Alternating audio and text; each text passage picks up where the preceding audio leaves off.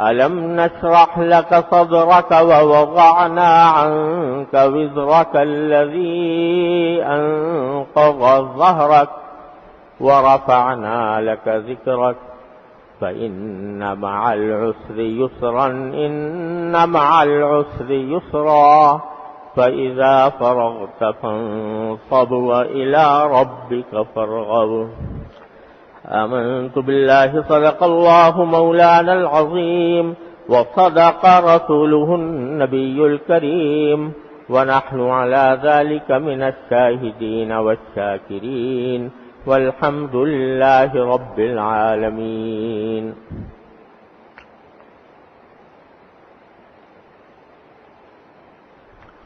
بزرگان محترم اور برادران عزیز، یہ سورہ الم نشرح کی آیات ہیں جو میں نے ابھی آپ کے سامنے تلاوت کی ہیں. کچھ عرصے سے میں نے ان صورتوں کی تشریح کا بیان شروع کر رکھا ہے جو عام طور سے نمازوں میں پڑھی جاتی ہیں، تاکہ ان کا مفہوم کم از کم اجمالی طور پر ذہن میں رہے تو قرآن کریم کے پڑھنے کے دوران، نمازوں کے دوران اس کا استحضار ہو سکے. اسی میں یہ سورہ الم نشرح ہے جس کی اس وقت میں نے تلاوت کی ہے. یہ سورت حضور نبی کریم سرور دو عالم صلی اللہ علیہ وسلم کی فضیلت اور آپ کا عالی مقام بیان کرنے کے لیے نازل ہوئی، اور اس میں ان نعمتوں کا ذکر فرمایا گیا جو اللہ جل جلالہ نے نبی کریم سرور دو عالم صلی اللہ علیہ وسلم پر مبذول فرمائی. پہلے سورت کا میں اجمالی ترجمہ کر دیتا ہوں، پھر اس کے بعد انشاءاللہ اس کی کچھ تشریح عرض کروں گا. الم نشرح لک صدرک، یہ حضور اقدس صلی اللہ علیہ وسلم کو خطاب ہے. کیا ہم نے تمہاری خاطر تمہارا سینہ کھول نہیں دیا، سینے کو کشادہ نہیں کر دیا؟ وَوَضَعْنَا عَنْكَ وِزْرَكَ، اور تم پر سے وہ بوجھ ہٹا دیا، تمہارا وہ بوجھ ہٹا دیا، الَّذِي أَنقَضَ ظَهْرَكَ، جس نے تمہاری کمر توڑ رکھی تھی. وَرَفَعْنَا لَكَ ذِكْرَكَ، اور تمہاری خاطر ہم نے تمہارے تذکرے کو بہت اونچا مقام عطا فرمایا. فَإِنَّ مَعَ الْعُسْرِ يُسْرًا، تو یقین رکھو کہ تنگی کے ساتھ آسانی بھی ہوتی ہے، مشکل کے ساتھ آسانی بھی ہوتی ہے. اِنَّ مَعَ الْعُسْرِ يُسْرًا، اور دوبارہ اسی کو دہرایا، یقین رکھو کہ مشکل کے ساتھ آسانی بھی ہوتی ہے. فَإِذَا فَرَغْتَ فَانصَبْ، لہذا اللہ تبارک و تعالی نے جو انعامات آپ پر فرمائے ہیں ان کے شکر کے طور پر جب آپ اپنے فرائض منصبی سے فارغ ہوں، فَانصَبْ، تو اپنے آپ کو تھکائیے، اللہ کی عبادت میں تھکائیے. وَإِلَىٰ رَبِّكَ فَارْغَب، اور اپنے پروردگار سے لو لگائیے، اپنے پروردگار کی طرف رغبت کا اور شوق کا مظاہرہ فرمائیے. یہ ہے ترجمہ اس سورت کا. اور سب سے پہلے تو اللہ جل جلالہ نے اس میں نبی کریم سرور دو عالم صلی اللہ علیہ وسلم پر اپنے اس انعام کا تذکرہ فرمایا ہے کہ ہم نے تم سے تمہارے سینہ کھول دیا اور تم سے وہ بوجھ ہٹا دیا جس نے تمہاری کمر توڑ رکھی تھی. یہ در حقیقت حضور اقدس صلی اللہ علیہ وسلم کے نبوت کے مقام پر فائز ہونے کے بعد حضور اقدس صلی اللہ علیہ وسلم کو اس نبوت کی عظیم ذمہ داریوں کا جو بوجھ تھا وہ یہ تھا کہ آپ ذرا تصور کیجئے کہ پوری دنیا گمراہی میں غرق ہے. جس شہر میں آپ پیدا ہوئے ہیں، جس ملک میں آپ پیدا ہوئے ہیں، وہ کفر میں، شرک میں، بت پرستی میں، قتل و غارت گری میں، فسق و فجور میں حد سے گزرا ہوا ہے. پورا ماحول کفر و ضلالت کی اندھیریوں میں بھٹک رہا ہے، اور اس میں تنہ تنہا ایک ذات کو یہ حکم دیا جاتا ہے کہ تمہیں اس سارے ماحول میں، اس سارے معاشرے میں، اس ساری دنیا میں تمہیں انقلاب لانا ہے. ان بگڑے ہوئے لوگوں کو درست کرنا ہے، ان کے عقیدے صحیح کرنے ہیں، ان کے اعمال صحیح کرنے ہیں، ان کے اندر جو غلط عادتیں پیوست ہو گئی ہیں ان کو بدلنا ہے اور تنہ تنہا ہو. اور یہ حکم آ رہا ہے اس وقت جبکہ آپ کی عمر مبارک 40 سال ہو چکی تھی. 40 سال کے بعد عام طور سے انسان کے قوا میں رفتہ رفتہ انحطاط آنا شروع ہوتا ہے. اگرچہ 40 سال عمر کو پہنچنے سے پختگی بھی آتی ہے، سوچ سمجھ بھی پختہ ہوتی ہے، لیکن اس کے بعد پھر انحطاط کا دور آتا ہے، قوا مزمحل ہونے لگتے ہیں رفتہ رفتہ.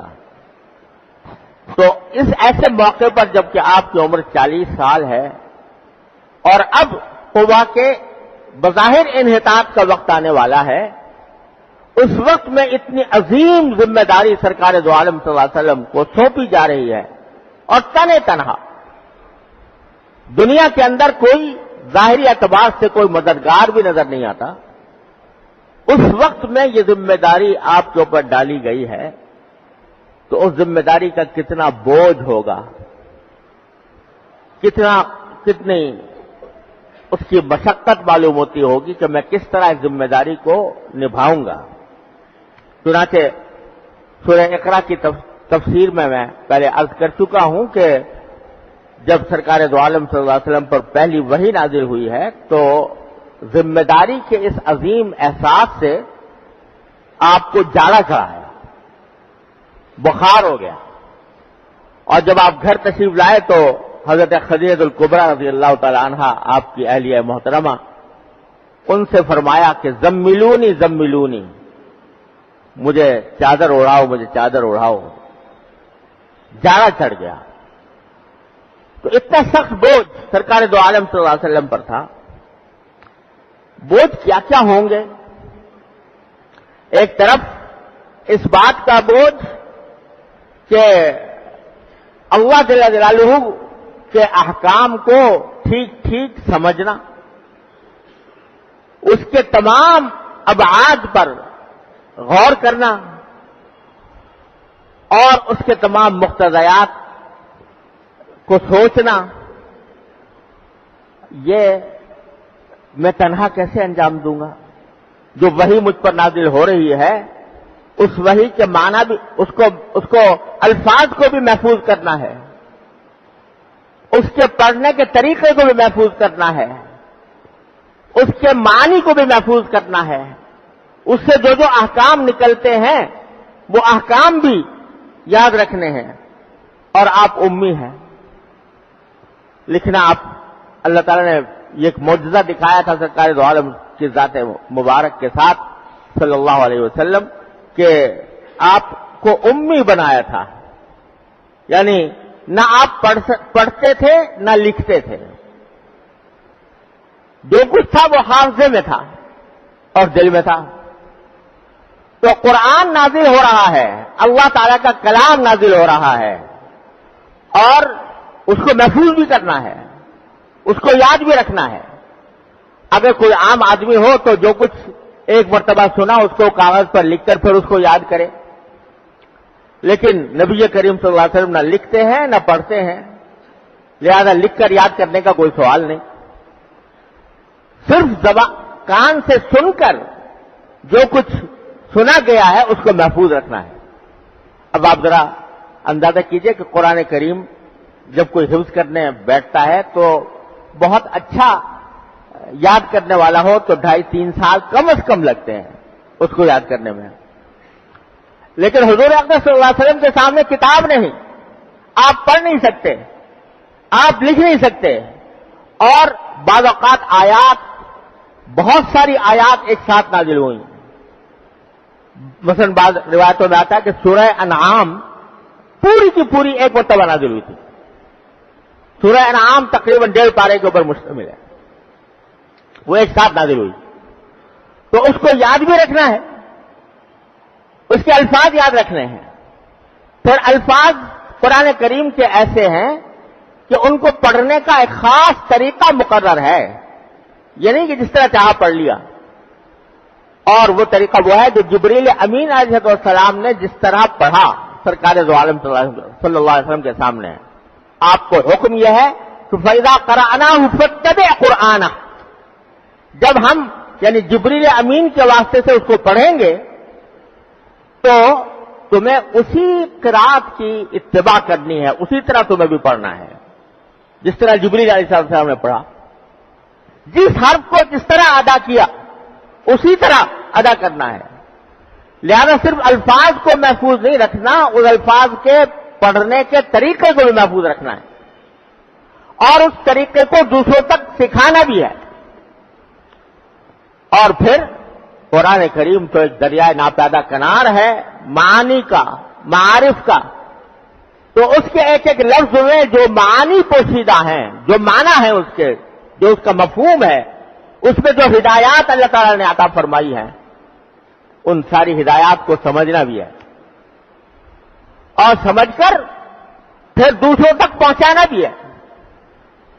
اور قرآن کریم چونکہ نہ جانے کتنے علوم کا سمندر ہے، اس واسطے ان سارے علوم کو اپنے پاس محفوظ بھی کرنا ہے۔ یہ سارا کا سارا معاملہ قرآن کریم اور اللہ تبارک و تعالیٰ کے احکام سے متعلق۔ پھر اس قرآن کریم کے اندر مختلف احکام عطا فرمائے گئے ہیں، فلاں چیز حلال ہے، فلاں چیز حرام ہے، پھر اس حلال اور حرام کی تفصیل وحی غیر مطلوع کے ذریعے نبی کریم صلی اللہ علیہ وسلم کو عطا فرمائی گئی، اس کو بھی محفوظ رکھنا ہے، احکام کی جزیات بھی محفوظ رکھنی ہے۔ یہ سارا کام سرکار دو عالم صلی اللہ علیہ وسلم کے اوپر ڈالا گیا، تو آپ یہ سوچتے تھے کہ میں شروع میں آپ کو خیال ہوتا تھا کہ میں تنہا ایک امی وہ ان سارے علوم کو، ان سارے معارف کو کس طرح محفوظ کروں گا، اور پھر اس گمراہ قوم کے سامنے جو ضلالت میں ڈوبی ہوئی ہے اس کو کس طرح پیش کروں گا، کس طرح لوگوں کو اس پر قائل کروں گا۔ مخالفتیں ہوں گی تو ان مخالفتوں کا مقابلہ کرنا ہوگا، تنہا کیسے ان کا مقابلہ کروں گا۔ یہ ساری ذمہ داریاں تھیں نبی کریم صلی اللہ علیہ وسلم کے اوپر، جس کا بوجھ تھا آپ کے قلب مبارک پر۔ لیکن کیا ہوا کہ اللہ تعالیٰ فرماتے ہیں کہ یہ سارا بوجھ اور یہ ساری ذمہ داریوں کا احساس ہم نے اس طرح ختم کر دیا کہ الم نشرح لک صدرک، کیا ہم نے تمہارے سینے کو کھول نہیں دیا، یعنی سینے کو کشادہ کر دیا، اتنا کشادہ کر دیا کہ سارے کام اس سینہ مبارک کے اندر سما گئے۔ اس سینہ مبارک کو یہ قوت عطا فرمائی کہ قرآن کریم کے الفاظ بھی محفوظ رکھیں، اس کے پڑھنے کا طریقہ بھی محفوظ رکھیں، اس کے معنی کو بھی محفوظ فرمائیں، اس سے نکلنے والے احکام کو بھی محفوظ فرمائیں۔ اس طرح ہم نے تمہارا سینہ کھول دیا۔ سینہ کھولنے کے معنی یہ ہوتے ہیں کہ ایک آدمی کسی چیز کو گرفت میں لانے سے اپنے آپ کو عاجز محسوس کر رہا ہے تو سینہ تنگ ہو جاتا ہے، کوئی بات سمجھنا چاہتا ہے، سمجھ میں نہیں آ رہی، کوئی بات یاد کرنا چاہتا ہے، یاد نہیں ہو رہی، تو اس کا معنی ہے کہ سینہ تنگ ہو رہا ہے، سینے میں وہ محفوظ نہیں ہو رہی۔ جب اللہ تبارک و تعالیٰ سینہ کھول دیتے ہیں تو پھر جو چیز سمجھ میں نہیں آ رہی تھی وہ سمجھ میں آنے لگتی ہے، جو چیز یاد نہیں ہو رہی تھی وہ یاد ہونے لگتی ہے، اور یاد نہ ہونے اور سمجھ میں نہ آنے کی وجہ سے جو کلفت اور کوفت ہوتی ہے وہ کوفت ظاہر ہو جاتی ہے۔